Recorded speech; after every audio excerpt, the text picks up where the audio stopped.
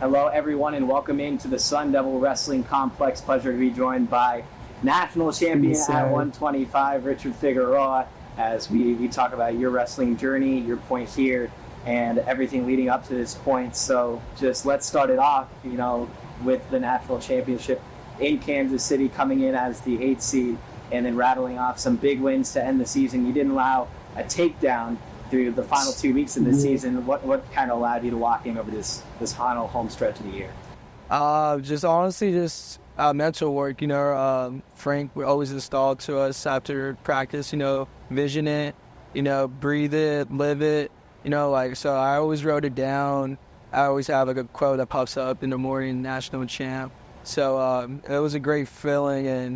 And towards the end, my coach just told me no one's going to put on you. And I was just in shock, like, dang, that's pretty hard to do, is for no one to score points on this. It was a great feeling. A lot of people, have been out there trying to be a negative Nancy and talking about stalling and things like that. But how would you describe your wrestling style and your ability to not let it? We're playing chess, not checkers. That's all I have to say. Just strategy and being smart. And just having confidence at the end of the day. And you work with the technician, as he's known, and Zeke Jones. So how much has he helped with your skill set, tweaking your wrestling to be able to make that national championship? He's helped me tremendously, just getting feels what Big 10 guys feel, but, Big 12 guys feel. They like to pull on your hand a lot. So having the best technician in the world in your corner and showing you stuff in practice is just a blessing, because I counted everyone and I scored when I wanted to, so it was great. And you made that leap to victory into his arms, and you see the crowd around you in Kansas City just, kind of taking you through the emotions and everything you were feeling in that moment. Just coming from a small town, just everyone cheering for you, and then that final moment when I won and just seeing the crowd, ASU crowd, and my coaches and my family just screaming and yelling. It brought a tear to me, so it was, it means the world to me, just having that support system, and anybody that has a support system is a blessing, because not too many people get that. So it was just shock. I still in shock, and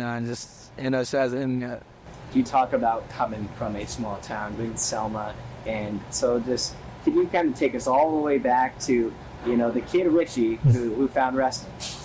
Man, well, first I did MMA. So what I was doing MMA. My mom's friend was like, "Yo, you should bring him to one of the summer practices."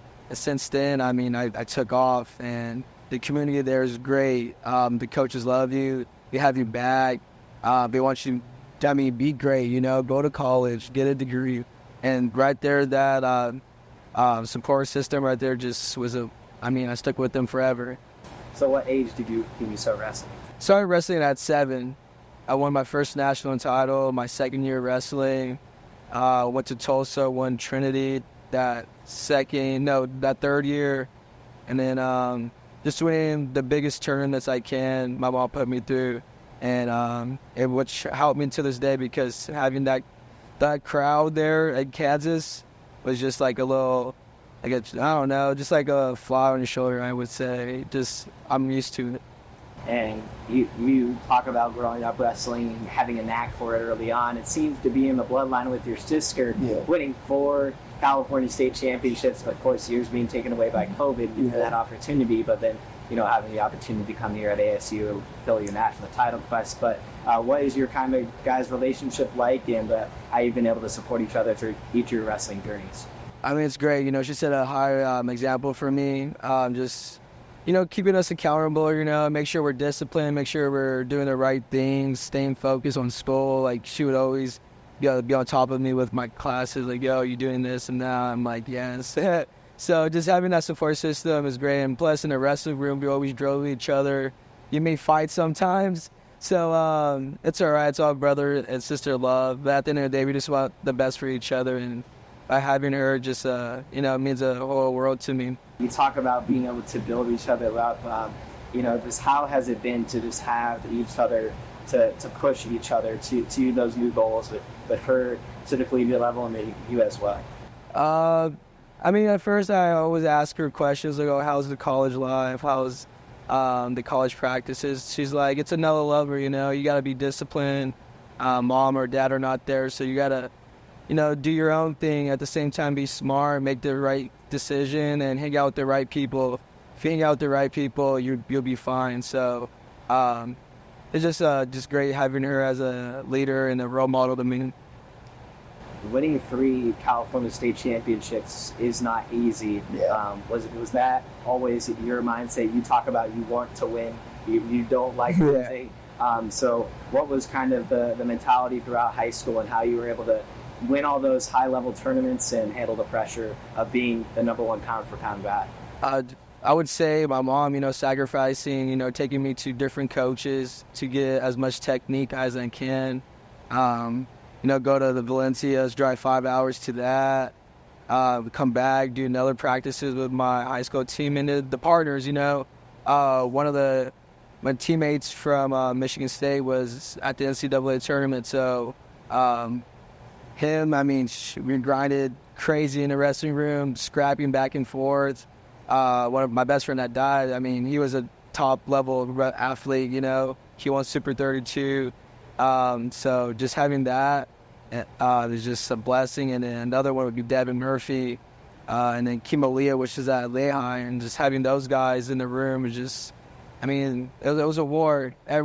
Someone came out with a black eye or Latino, so that's what I liked. I mean, that was the Salma grind, and it made us go to college, honestly, so it was great. Yeah, you continue to embrace that grind. You got a really black eye there, yeah. But, you know, you continue to embrace that Selma mentality. You talk about tripping down to the Valencias in St. John Bosco a little bit. What were your interactions with them like, and got familiar with them, and how did that kind of influence your path to ASU? Well, Valencia always told me, if you want to do something, don't just be the best at it, be the best in the world at it. So every time I do something, I'm always thinking be the best in the world at it, not to just be the best in the U.S., be the best in the world. So just having that mentality, and then just, of course, the sons, Zahid, Anthony, and Kyle, just seeing their work ethic just made me push to be like them, you know. So it was just amazing. And then I wanted to follow Zahid's footsteps to come to ASU because I saw the program that I was building, and it's special, and I love being an underdog. And you are the first national champion since Zahid in a Sun Devil wrestling singlet. Just to hear that out loud, what kind of comes to mind? It's a shock, you know. Like, I worked real hard. I know I sacrificed a lot.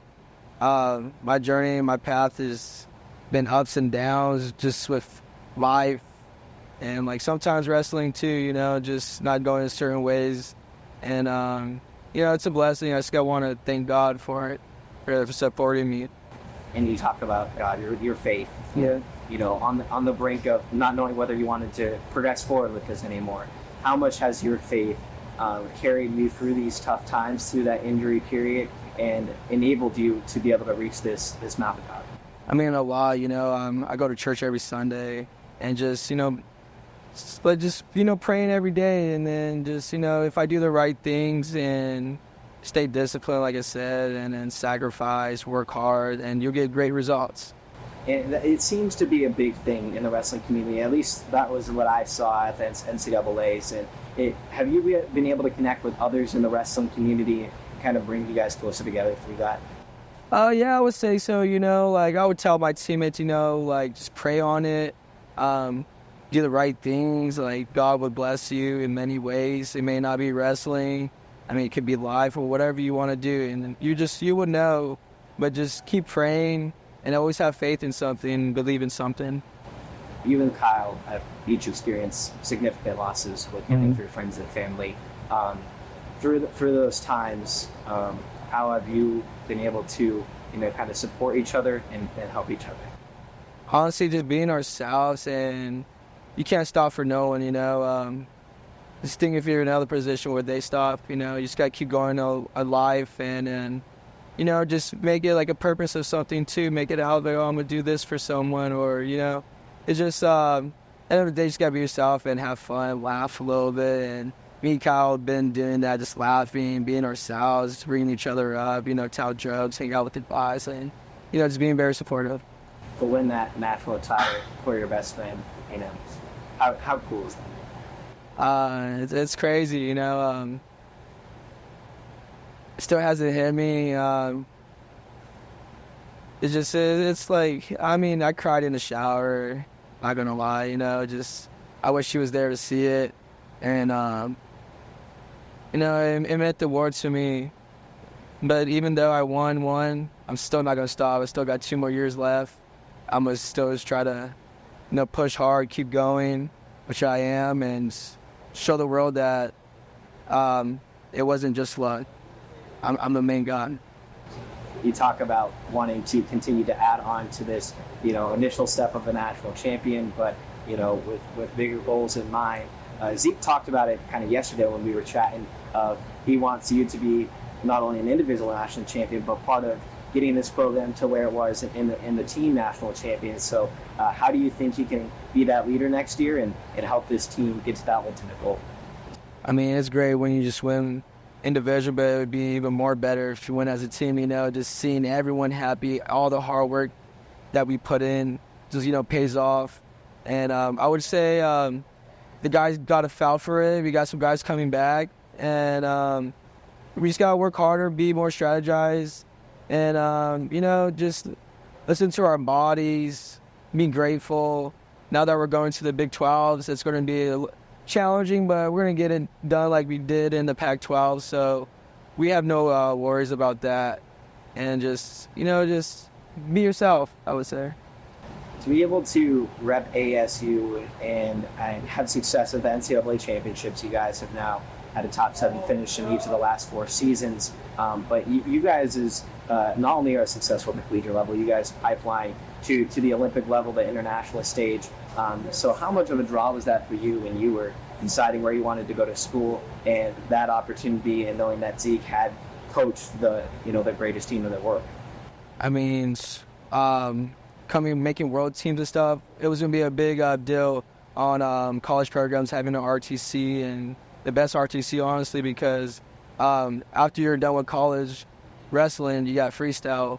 And I know that after college, I want to do freestyle. So them having Zeke, Mark Perry, Fritz, and Frank, I mean, as coaches, as freestyle coaches, I mean, they've done it at the highest level, senior world. So it's just a blessing to have that. And plus, to be in the West Coast, can't beat that. And also the weather, you know, coming back after the Natty title, coming back to the sun was just, yeah, it was just great because there was no cold, no snow.